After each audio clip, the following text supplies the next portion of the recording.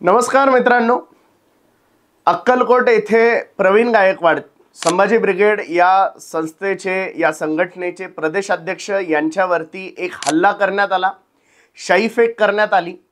त्यांच्यावरती कित्येक तरुणांनी एकत्र येऊन गुंडागर्दी केली, मारहाण करण्याचा प्रकार तिथे घडला। परंतु हे सगळं का घडलं, हे कुणी घडवलं, या सगळ्यांबद्दल आपल्याला या व्हिडिओमध्ये बघायचंय। प्रवीण गायकवाडांवरती हा हल्ला भाजपनी केलाय का, हेच आपल्याला जाणून घ्यायचं या व्हिडिओच्या माध्यमातून। नमस्कार, मी डॉक्टर महेश, आपण बघत आहात गोष्ट छोटी पण डोंगरा एवढी। तर अर्थात प्रवीण गायकवाड हे संभाजी ब्रिगेड या संघटनेचे प्रदेशाध्यक्ष आहे। काही दिवसांपूर्वी ही संघटना खरं तर राजकारणामध्ये सुद्धा उतरली। राजकारणामध्ये उतरताना त्यांनी महाविकास आघाडी सोबत सुरुवातीच्या काळामध्ये उद्धव ठाकरेंसोबत जाण्याची घोषणा केली।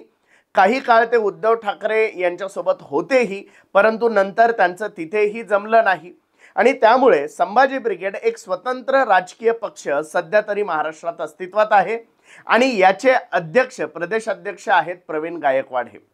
प्रवीण गायकवाड हे व्यावसायिक आहेत, पुण्यात असतात आणि अक्कलकोट येथे एका शिक्षण संस्थेमध्ये कार्यक्रमासाठी ते गेलेले होते आणि या कार्यक्रमाच्या वेळी काही तरुणांनी अचानक येऊन त्यांच्यावरती शाईफेक केली, त्यानंतर प्रचंड घोषणाबाजी केली आणि त्यांना धक्काबुक्की करण्याचा गैरप्रकार तिथे घडला।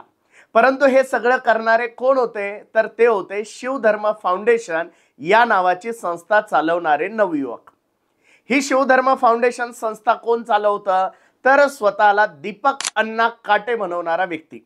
तर दीपक काटे या शिवधर्म फाउंडेशन चालवतो, त्याचे अनेक व्हिडिओ सोशल मीडियावरती व्हायरल होत असतात। तर या दीपक काटेनी आणि त्याच्या काही सहकाऱ्यांनी हा हल्ला घडवून आणला, ही शाईफेक घडवून आणली। अर्थात त्याचं कारण जरी योग्य असेल असं आपण म्हणू शकतो तात्पुरतं, कारण त्यांनी हे काय केलं, तर संभाजी ब्रिगेड या नावामुळे छत्रपती संभाजी महाराजांचा अपमान होतो, महाराजांचा एकेरी उल्लेख होतो आणि ही वास्तविक बघता आपल्याला वरवर बघता योग्यही वाटेल, कारण छत्रपती संभाजी महाराजांचा उल्लेख फक्त संभाजी करणं हे कुठेतरी चुकीचं आहे। परंतु हे सगळं करताना या दीपक काटे यांनी ज्या प्रकारे ही नाराजी व्यक्त केली ती थोडीशी चुकीची आहे। त्यानंतर हा दीपक काटे नेमका कोण आहे, तर हा दीपक काटे भाजपचा कार्यकर्ता असल्याचं आपल्याला बघायला मिळेल। तुम्हाला या व्हिडिओमध्ये काही फोटोज व्हिडिओज तुम्हाला काही दिसत असतील, तर त्याच्या ज्या पोस्ट असतात त्याच्या बॅकग्राऊंडला हा चंद्रशेखर बावनकुळे, देवेंद्र फडणवीस, अमित शहा, नरेंद्र मोदी अशा प्रकारचं बॅकग्राऊंड याच्या व्हिडिओमध्ये आपल्याला दिसतंय। म्हणजे एकूणच काय, तर भाजपचा असलेला हा कार्यकर्ता आहे। त्यामुळे गायकवाडांवरती झालेला हल्ला हा भाजपच्या कार्यकर्त्यांनी केलेला हल्ला आहे आणि त्यामुळे कुठेतरी पुरोगामी विचार संपवण्याचा कट भाजप करतंय का, महाराष्ट्रामध्ये आपल्याला हवे ते विचार किंवा आपल्याला हवे असलेले विचार सोडून विरोधी विचार कुणीही मांडू नये, भाजपच्या विचारांना कुणीही विरोधकच या राज्यामध्ये राहू नये, अशा प्रकारची मानसिकता भाजपच्या कार्यकर्त्यांमध्ये नेमकी आहे का, असाच प्रश्न या सगळ्यांनंतर आता पडतोय।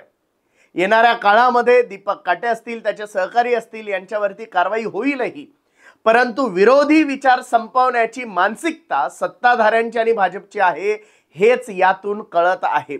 एक हाती राज्यामध्ये असलेली सत्ता आणि त्याचा गैरवापर या सगळ्या प्रकारांमध्ये दिसून येतोय का, हेही कळतंय। खरं तर महाराष्ट्रामध्ये अशा कित्येक घटना सध्या घडत आहे ज्यामध्ये तुम्ही भाजपच्या विरोधात जर बोलला असाल तर तुम्हाला अशा प्रकारचे गैरप्रकार तुमच्या सोबत होतील आणि ते तुम्हाला अनुभवायला मिळतील, अशाच प्रकारचा मेसेज या सगळ्या कार्यकर्त्यांकडून देण्यात येतोय। अर्थात या सगळ्या गोष्टी वरिष्ठ नेते सांगतील असं बिलकुल नाही, परंतु खाली असलेल्या कार्यकर्त्यांना वरिष्ठ नेत्यांबद्दलही कदाचित तेवढी म्हणजे त्यांना समजून घेण्याची मानसिकताच नाहीये आणि त्यांना विरोधी विचार मांडणारा दिसला की त्याला ठोकायचा, असा प्रकारचा कार्यक्रम सध्या भाजप कार्यकर्त्यांकडून चालू आहे। येणाऱ्या काळात देवेंद्र फडणवीस साहेब या सगळ्या लोकांना समज देतील का, हा उभ्या महाराष्ट्राचा प्रश्न गृहमंत्री म्हणून देवेंद्र फडणवीसांना आहे।